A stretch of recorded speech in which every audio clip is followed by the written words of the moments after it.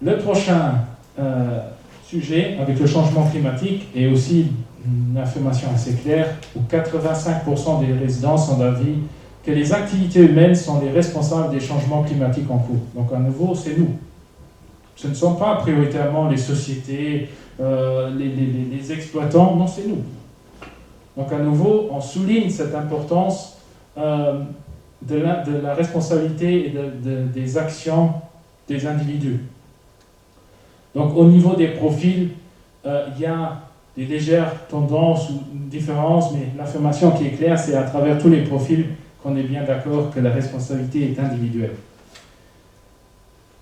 Pour le prochain slide, en fait, on parlait de... sachant que la population du continent africain est voisine de la population occidentale, selon vous, quelle est la part des émissions mondiales de gaz à effet de serre du continent africain? Donc la bonne réponse aurait été moins de 5%. Donc vous voyez qu'à nouveau, on est peut-être bien conscient qu'elle est moindre que celle des pays occidentaux, mais à nouveau, selon moi, on sous-estime un peu cette relation, cette ampleur. Parce qu'il n'y a que 12% en fait qui choisissent ici moins de 5%. Donc la réponse correcte. On a également posé la question au niveau de l'augmentation en degrés de la température si rien serait fait jusqu'en 2050. Bon, l'étude a été réalisée en juin, donc avant la nouvelle publication du rapport qui nous a démontré qu'on est déjà en 2030 qu'on a... J'attends un peu.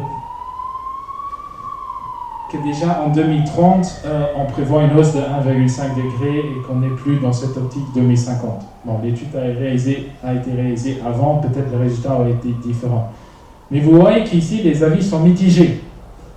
Donc on ne sait pas vraiment s'augmenter, tout le monde est bien d'accord qu'on augmentera, mais on n'est pas bien d'accord où l'on se retrouve. Normalement, on devrait être ici, il n'y a que 17%, il y a 12% qui sont au-dessus, la moitié qui est en dessous. Mais à nouveau, on est bien d'accord sur la problématique, mais il y a à nouveau une sous-estimation aussi ici, que c'était le jour de dépassement, que c'était par exemple le niveau d'importation, ou aussi ici, il y a une sous-estimation de l'ampleur des problématiques qui existent. Bon, une question assez simple.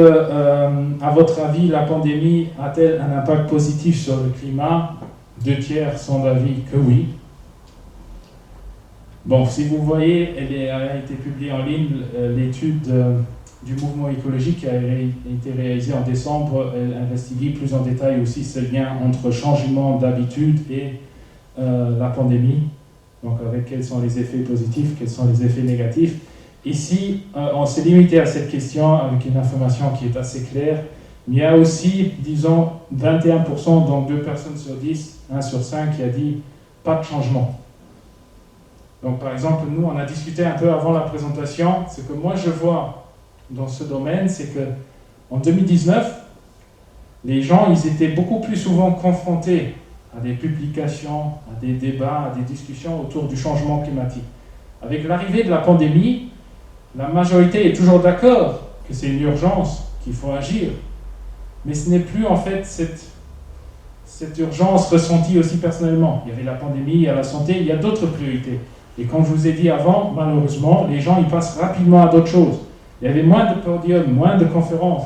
On l'a remarqué pour les manifestations avec les taux de fréquentation qui étaient beaucoup plus bas qu'avant la pandémie.